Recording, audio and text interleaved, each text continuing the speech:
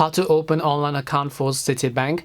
Hello everyone, welcome back to our channel, The Solution Guy. In today's video, I'll simply show you how you can open up your online account for Citibank. So just make sure to watch the video till the end.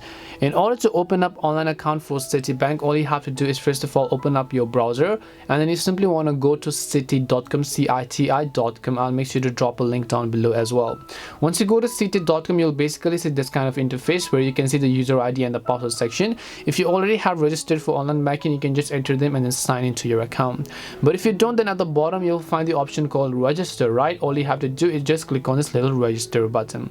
Once you click on the register button over here, it'll take you to this page to set up your online access. So you have to choose either of these, such as whether you want to actually enter with your debit or credit card number, or your bank account number over here, or your paycheck protection program loan account number, or your brokerage account number, or your personal loan account number. Whichever else is convenient for you. Once you have an existing bank account, you should be able to register for online banking. So in this case, since the debit and credit card is actually quite convenient, you can go ahead and simply enter them and then just hit the option called continue setup. Once you click on the option called continue setup, it will ask you to verify it and then set up your online access, which means to create your username and password.